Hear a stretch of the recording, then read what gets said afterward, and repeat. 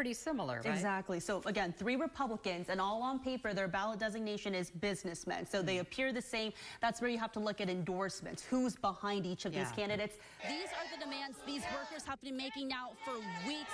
We don't need a union. Listen to our voices. Don't ignore us. Hi, Mr. Scrivener. Jenny with Channel 17 here. How are you, sir? I just have a very few quick questions for you. Where have you been, Supervisor?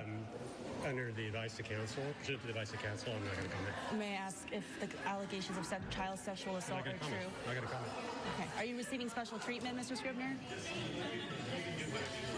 And I'm 17 political reporter Jenny Hutt. We are your hosts over the next half hour. Do you think Harris cast herself as the candidate for change tonight? Here in Kern County, one of the top producers of grapes, citrus, and tree nuts, the phrase "we're the breadbasket of the state" is nothing new.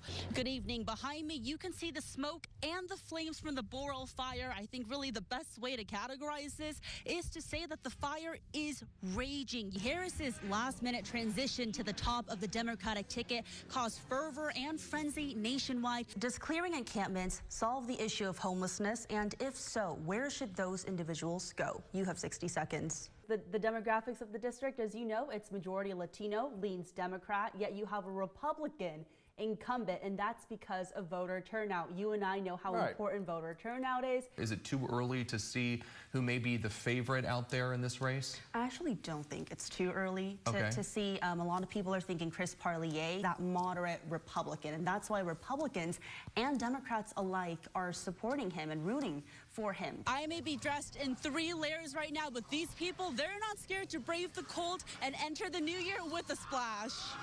And if you look here, you can still see bullet case markings. These yellow circles, we counted almost 10 of them.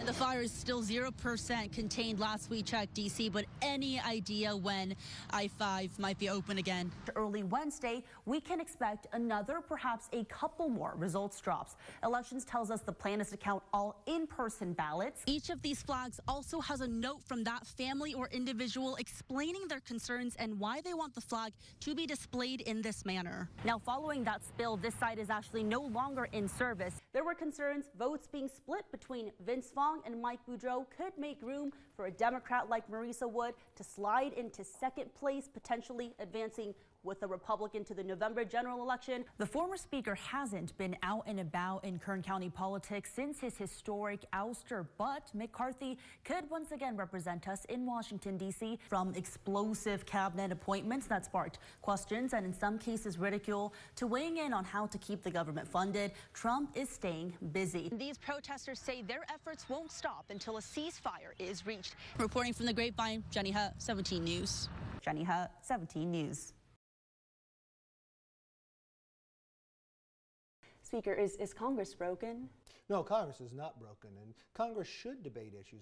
But when people wonder, you know, is Congress broken? What's going on with our government? You're a leader up there, so how much responsibility do you bear? Well, I have a lot. What do you say to critics that say the same of you, since you have been in the same position since 2013? I say they need to vote their interests. Every park in Kern County needs work. How do you choose where you focus kind of those cleanup efforts, those remodeling? Great question. Do you think you have more freedom to, again, go beyond what the party asks of you or go beyond what high-profile people in your party would expect of you? I do believe I have more freedom. People in the Republican Party do want to go ahead with mass deportation. Let's first of all be reasonable about this. We can't shut down the border. Do you agree with the very commonly discussed rhetoric that California is too soft on crime? I don't know whether soft on crime is the right description, but crime has gotten out of control. Can I get a specific response, Assemblyman, to critiques that you are leaving the 32nd Assembly District cut and dry in your congressional bid? There will be a representative. What outcome would make you doubt whether the election was conducted fairly? Show me the evidence that shows it was accurate and fair. So what outcome is that? What do you mean by outcome? If President Trump loses, we accept that. This particular situation is propaganda, complete propaganda. All is fair when it comes to politics. Some may argue. Part of it, advertisements. But what about when third parties get involved? In California's 20th congressional district race, an attack ad has been circulating. This mailer targeting GOP candidate Mike Boudreau as a liberal politician.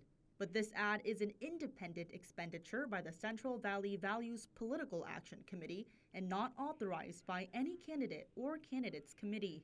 While the ad doesn't mention other candidates, this PAC has spent nearly $370,000 this election cycle on Fong's campaign alone and has put out pro-Fong mailers. Make no mistake where this flyer came from. You can say it was from an independent source, but the narrative is the same in every commercial, every radio ad, and the same on the flyer. You're not going to fool me, and you shouldn't be able to fool any voter in this district. In response, a spokesperson for Fong said in a phone call the campaign has no coordination with the PAC or the ad, and that involvement is legally prohibited. Central Valley Values PAC did not respond to multiple requests for comment. The Fong camp does have an attack ad of its own. Pathways to amnesty. Mike Boudreau can't be trusted. It's now been more than a week since that deadly trailer fire here at the mobile home park on Edison Highway, but residents say they're left to deal with the aftermath. Still no electricity and a charred mess that they have to clean up themselves. It's generators and campfires keeping these mobile home park residents warm after they were left without power following a deadly fire over a week ago. It's really cold. There's no light. Can't see nothing.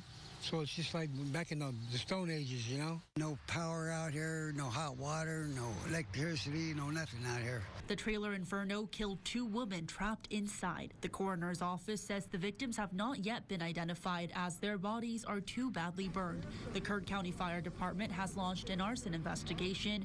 Meantime, residents say they're helpless, many saying they've not yet heard from property management. We're trying to help each other out. You know, if we can get any help from the community, that'd be highly appreciated. What are we all going to do now, you know?